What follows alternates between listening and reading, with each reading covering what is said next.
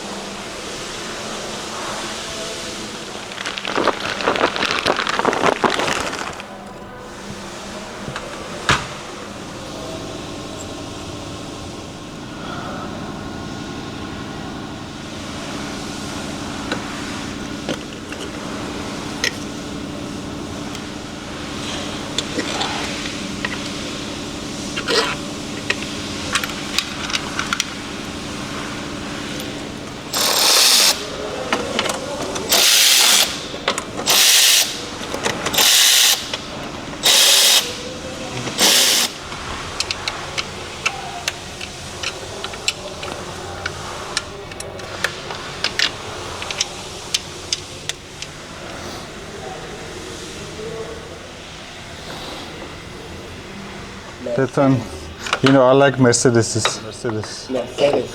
Mercedes, BMW.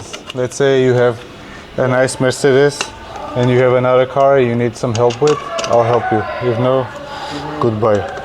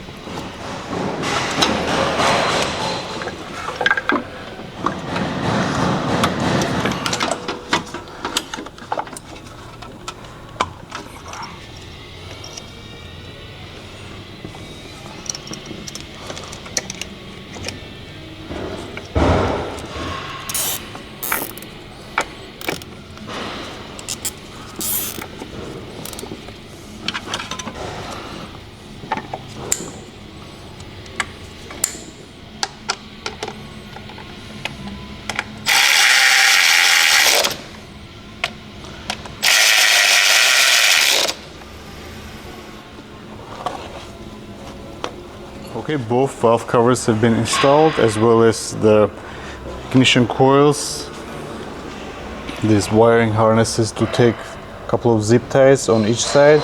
Actually, on that side is only one zip tie, but I put two because these connectors are known to have broken tabs, and a couple of them do have broken tabs, so I put zip ties to make sure it doesn't move back up.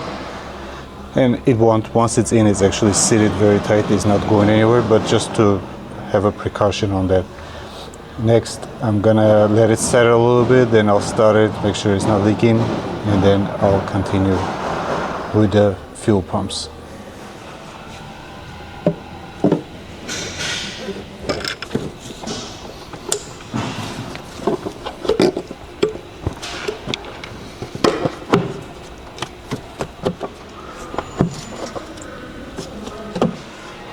Okay, I'm going to do the first start after the valve cover replacement. I do expect a long crank due to having the fuel line disconnected and also the fuel pump issue that is going on.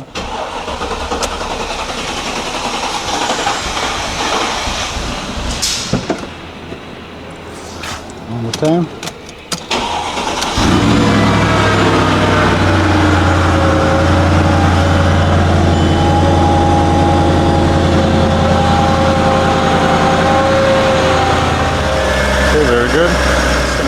Vacuum this area to make sure no dust falls inside the fuel tank, and then I'm going to remove this pump, then I'm going to remove the other pump, then install the new ones.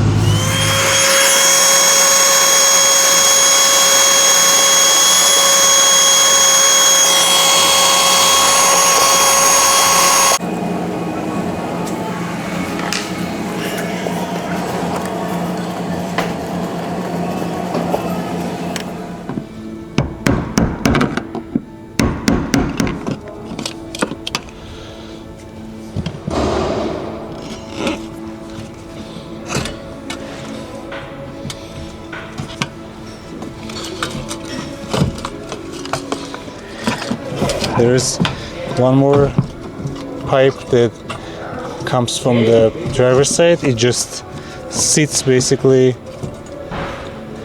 on top of the one of the pumps. It clicks into it. It's hard to show, but you have to look at it before you remove it. This tank is pretty full of gas, so kind of annoying, but it is what it is. So now I need to get a pick tool, and there's a clip here, this one, this clip that is holding the two pumps together. I need to undo that one. There you go, this one comes out, and then the two pumps should separate from each other, and then I can pull them out and try to drain the fluid back inside the tank. There is a float here that you gotta be aware of to make sure you bring it out and don't drop it in the tank somehow. It shouldn't be, but just in case. It's fuel, I can drain it back in the tank.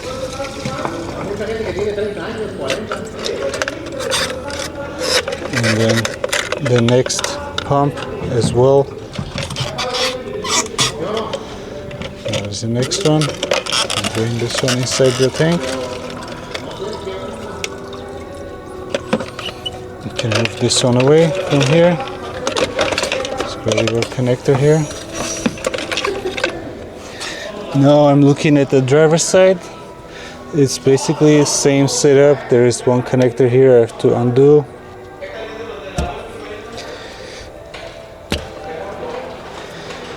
And then remove this one, two connectors, and then there's also a clip with a hose. You can insert a pick tool and should be able to lift this up. I'll put this here so it will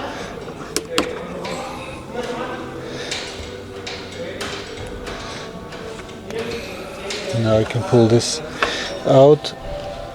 Oh, there's a lot of fuel here. pressured. It's gonna come back from the engine and drain. Okay, now we can see what was probably leaking is this piece broke off from here, and that's probably what was causing our issue actually. Gonna have to try to pull this one out so we can reuse the hose.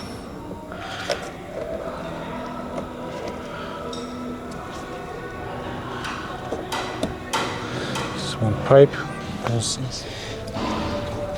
To have a different type of pick tool, see if this one will help me pull this out. Yep, this is working. It's kind of a curved pick tool. Now I'm going to wipe this area a little bit from this fuel. So this, I'm going to try to make this fuel not to go back inside the tank, as you know, it could have accumulated a little bit of dust here, and I don't really want this inside the fuel tank.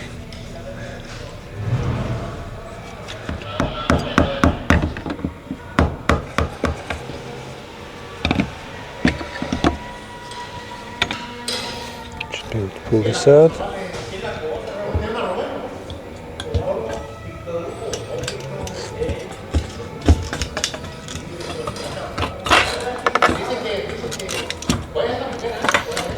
This pretty much pulls out total with the 3 hoses and wire that goes on the other side.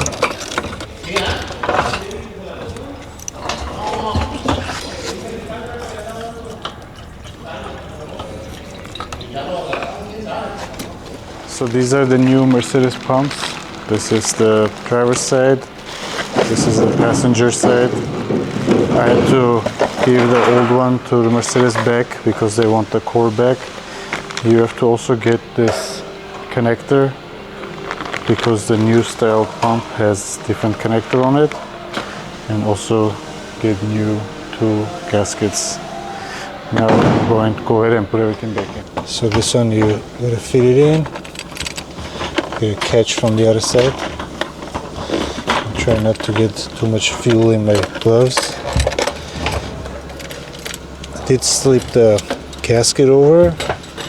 I'm gonna put the gasket in first before I put this back down, but first I'm going to connect the lines on that side because it's easier to connect them. When this is loose, it gives you a little bit more room to wiggle those lines around. The way this works is you put this one in first, then you kind of join these together, and then you click this down. So I'm going to try to do this kind of like this. So this one goes here. Now I can lower the second pump. Be careful with this float.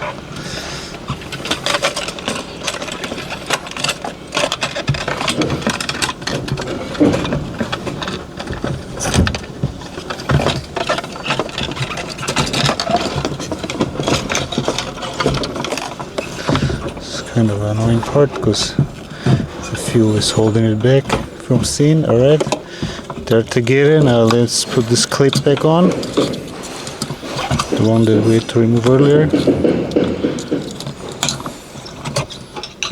Sorry, it's hard to show what exactly I'm doing, but you have to kind of imagine what's going on. Okay, this is clicked in. Now I need to connect the last hose.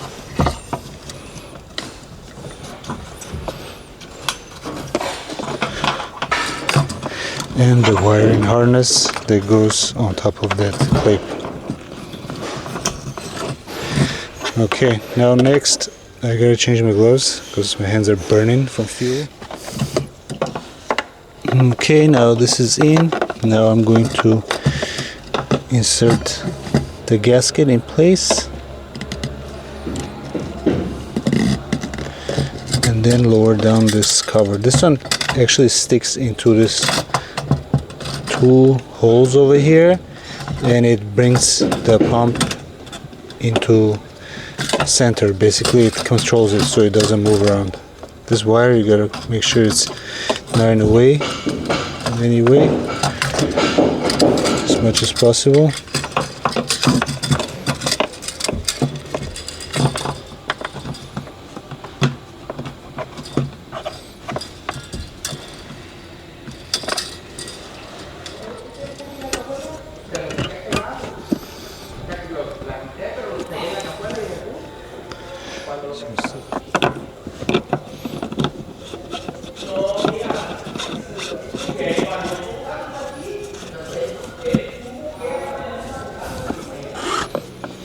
So on this side, same thing, just have to put the gasket in first and then position the pump accordingly. And such. Now let's see this cap.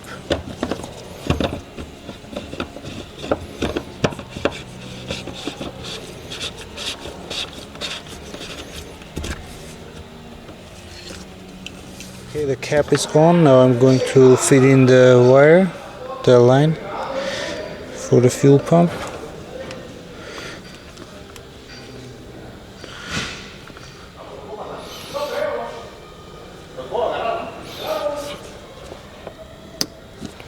There you go. I also have this new connector.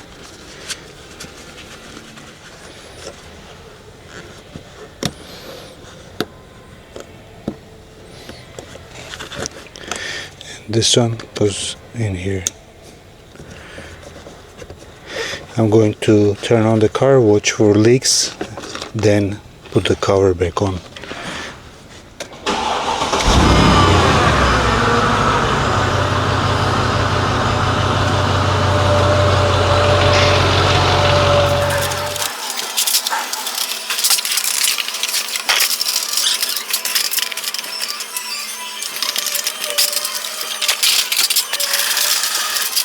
So that's about it for this one. I did run into one issue on the passenger side. The sending unit wasn't working. The car would shut off after idling for a few minutes.